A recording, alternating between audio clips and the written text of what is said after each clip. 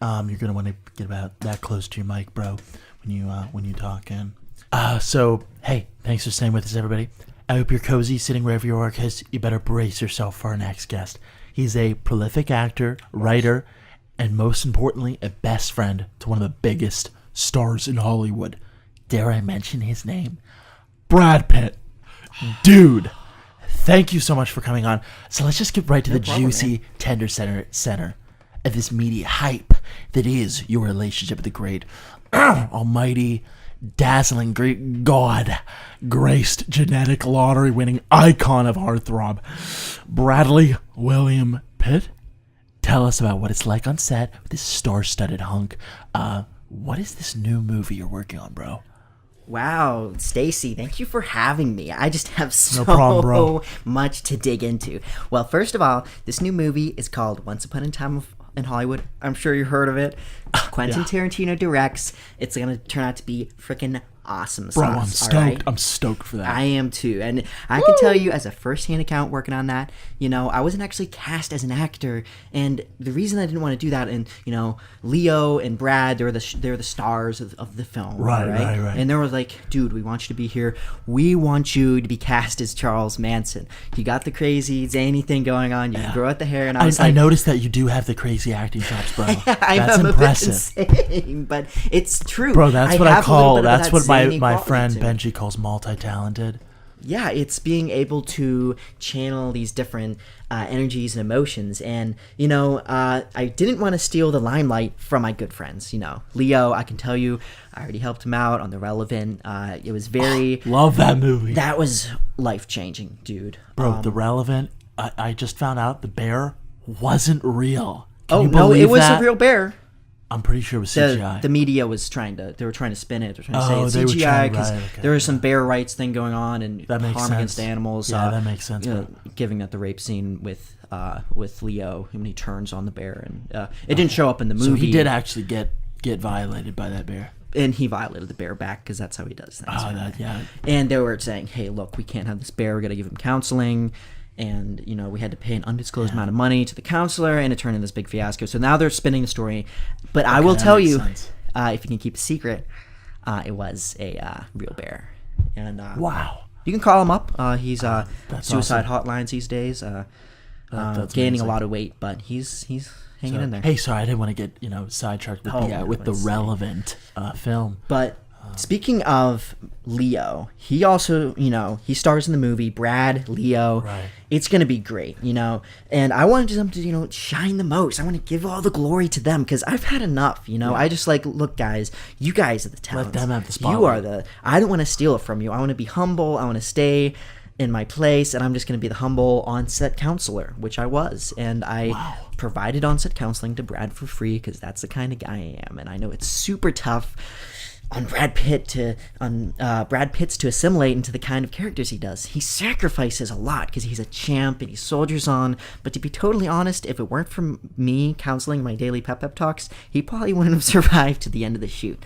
Wow. I mean, he would have probably gone batshit insane. Wow. I mean, that's really a testament to your skills, not only as a counselor but also as a best friend and honestly a real lifesaver, bro. You know what? That's where best friends are for. It wasn't even this thing like a professional counselor thing where you just have to, sit on this couch and tell all your darkest, deepest secrets. But it was that. But it was also sort of just us being friends and knowing each other for so long. You pretty much propped being him on up. The same page, like you're pretty much the rock, the pillar on which his acting skills shine forth. That's amazing. I wouldn't say that much. It's Brad. At the end of the day, it's good old Bradley. He's a champ. He's a charm. And I don't want to toot my own horn too much. I mean, the media does that for me. It's such a, I just love being around him. He's a great pal. And, the media and the talking heads, they can do whatever they want. But at the end of the day, it's just good fun, So, speaking of you being pals, tell us, Mr. Mulls, how long have you and Brad been friends? Wait. Actually, you know what? Roll back. Let's go to the start of this succulent center. Okay, when did you first meet him? Oh, this story is such a doozy.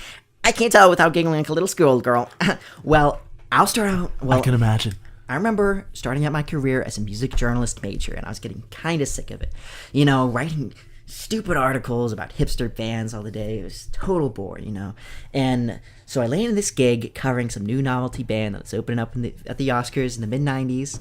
And I think that during that night, I'm not going to do anything out of the ordinary. I'm just going to be standing by the sidelines, just sort of, you know, out of my element, and just, you know, like sort of looking at the higher life, celebrity life, A-list life, and seeing that type of... But thinking, you know, maybe I'll never be part of that. Maybe But then I'll never be part of eventually it. you became part of it, bro. Yeah, it's like a dream come true. It's like rags to riches, you know. And so I'm staying on the sidelines, and I'm with my ID pass, and I'm just having a drink, taking the edge off. And next thing you know, I see Brad 2 freaking tables away from me. What?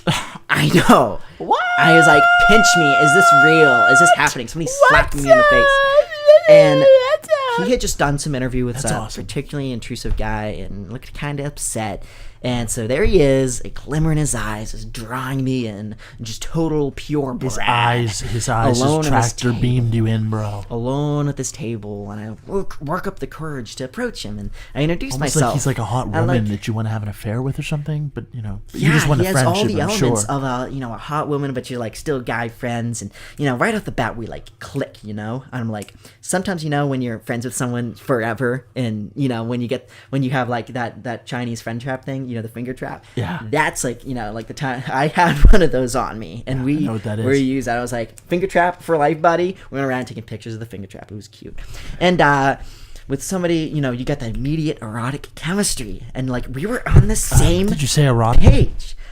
Yeah, in a sensual sense, in a manly, Okay, straight I mean, hetero I way. guess, I guess that makes sense now that Yeah. you put it that way. And It makes so, perfect sense. That's pretty good use of the word erotic, by the way. Continue. So he starts talking about doing these press interviews and being down and out, and the press treating him bad, and I break the ice, and I'm like, dude, bro, you're like the most confident guy and good-looking guy I know. You don't need to feel down. You're like on top of the world right now, Brad.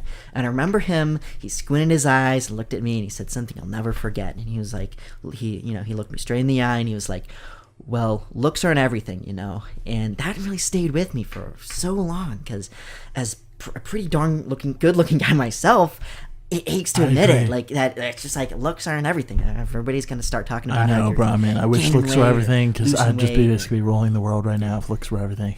What's up? Yeah, so me and Brad are chatting, getting a bit tipsy, and we're like flying one-liners at each other. We're like two peas in a pot. Throwing those zingers. And out of nowhere, he's like, dude, Gary, I know that we've only known each other for like 2 hours, but I wanted to break it to you.